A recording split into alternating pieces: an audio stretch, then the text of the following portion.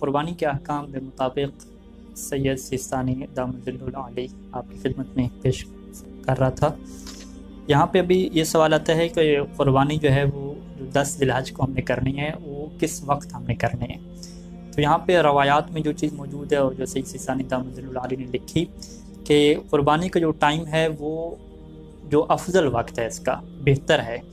دیکھیں، ایک تو ہے کہ 10 ذی الحج کو کرنی ہے، 9 ذی الحج کو نہیں کرنی۔ اور 10 ذی الحج کا ٹائم کب شروع ہوگا؟ جب نماز فجر کا ٹائم ہوگا۔ نماز فجر کا جب ٹائم جیسے ہی ہو گیا تو 10 ذی الحج کا دن شروع ہو چکا ہے، اس ٹائم پہ آپ قربانی کر سکتے ہیں۔ لیکن بہتر کیا ہے، افضل کیا ہے کہ آپ انتظار کریں کہ سورج طلوع ہو جائے۔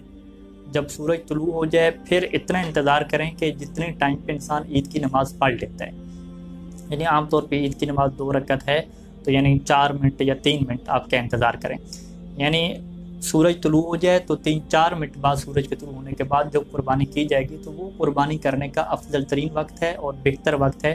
اسی ٹائم پہ کیا ہے انسان ذبح کرے اور قربانی کرے۔ اور اگر انسان منا میں ہے اور وہ واجب قربانی کر رہا ہے یا مستحب کر رہا ہے منا کے اندر، تو وہاں پہ سید ثانی فرماتے ہیں کہ 4 دن تک وہاں وہ قربانی کر سکتا ہے۔ اور منا کے علاوہ جو دیگر علاقوں میں ہیں جیسے ہم لوگ ہیں تو ہمارے لیے جو ہے وہ ٹائم جو ہے وہ 3 دن کا کیا موجود ہے، اگرچہ افضل یہ ہے کہ پہلے دن کی جائے لیکن ہم 3 دن تک قربانی کر سکتے ہیں۔ اب یہ جو 3 دن ہے، پہلے دن کے بعد جو رات آئے گی ہم رات کو بھی قربانی کر سکتے ہیں، چونکہ جب بھی فقہ میں اور روایات میں 3 دن کی بات آتی ہے تو اس کے اندر جو 2 راتیں ہوتی ہیں وہ بھی شامل ہوا کرتی ہیں۔ تو لہٰذا اگر پہلے دن وہ قربانی کرنا چاہ رہا ہے وہ تو رات کو نہیں کر سکتا، کیونکہ رات کو تو 9 ذی الحج ہوگی۔ تو جب 10 ذی الحج صبح ہوگی تو اس کے بعد جب اگلا دن آ رہا ہے 11 ذی الحج کی رات، تو وہ رات کو بھی کیا جانور ذبح کر سکتا ہے۔ تو اسی طریقے سے جو تیسرا دن ہے غروب شمس تک، وہ اس کے کیا ہے قربانی کا ٹائم اس کے پاس رہے گا۔ اگلا سوال یہ آتا ہے کہ قربانی کے جانور کا جو کھال ہے اس کا کیا کرنا ہے اور گوشت کو کیا ہے کس طریقے سے تقسیم کرنا ہے۔ کھال کے بارے میں سید ثانی یہ فرماتے ہیں کہ یہ بات مکروہ ہے کہ آپ کھال کو بطور اجرت کے قصاب اور قصائی کو دیتے ہیں اور کہیں کہ یہ تمہاری اجرت ہے، تم کھال کو بطور اجرت کے رکھ لو۔ تو قربانی کی کھال کو بطور اجرت کے دینا کیا ہے مکروہ ہے۔ تو بہتر کیا ہے اور افضل کیا ہے کہ اس کھال کو صدقہ کیا جائے، فقراء اور مساکین کو صدقہ دے دیا جائے۔ اور یہ بھی انسان کے پاس آپشن موجود ہے جو روایات میں موجود ہے کہ اس کھال کو انسان صاف کرے، خشک کرے اور اسے اپنی جائے نماز بنا لے اور اس کے پر وہ کیا ہے نماز پڑھے۔ تو یہ بھی کیا ایک آپشن اور ایک افضل صورت کیا ہو سکتی ہے۔ جہاں تک گوشت کی تقسیم کا تعلق ہے تو سید ثانی یہ فرماتے ہیں کہ احوط ہے اور افضل ہے اور بطور احتیاط کیا ہے کہ کم از کم تیسرا حصہ وہ مسلمانوں کے جو فقراء ہیں ان کو صدقہ کرے۔ یعنی یہ بات تو کنفرم ہے کہ اس نے گوشت خود بھی کھانا ہے، لیکن جو تیسرا حصہ ہے 1/3 حصہ، وہ اس کے لیے احتیاط یہ ہے کہ جتنے بھی فقراء مسلمین ہیں ان کو وہ صدقہ کرے۔ اب فقراء ہم کسے کہتے ہیں؟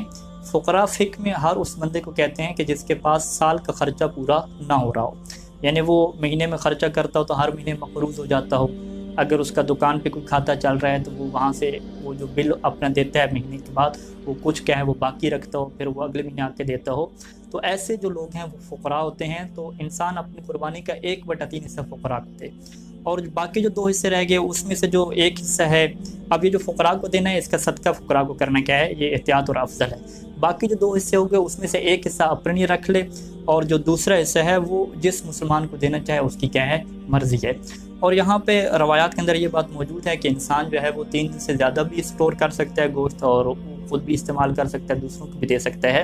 لیکن جو اہم چیز ہے کہ قربانی کا جو مقصد ہے اور فلسفہ ہے انسان اس کی طرف متوجہ رہے کہ قربانی اس وجہ سے ہے تاکہ انسان کے اندر قربانی کا جذبہ پیدا ہو اور انسان اپنی چیز دوسروں کو دینے کا اپنے اندر کیا ہے ایک جوش پیدا کرے، نیت پیدا کرے، اور اس کی یہ عادت بنے، سخاوت کی عادت بنے۔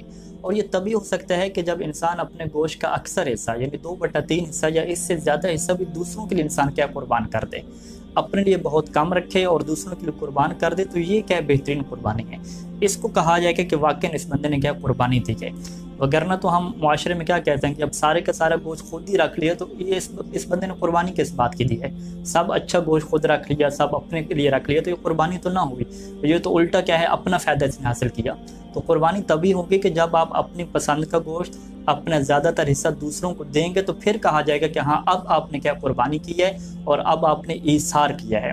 تو خداوند کریم سے دعا ہے کہ خدا قربانی کے دن واقعاً ہمیں جو ہے وہ قربانی دینے کی کیا ہے توفیق عطا فرمائے کہ ہم قربانی دیں، نہ کہ جو ہے وہ ہم اپنی ذات کو اور اپنی خواہش کو ہم کیا رکھیں، مقدم رکھیں۔ صلی اللہ علیہ محمد و آلہ اجمعین۔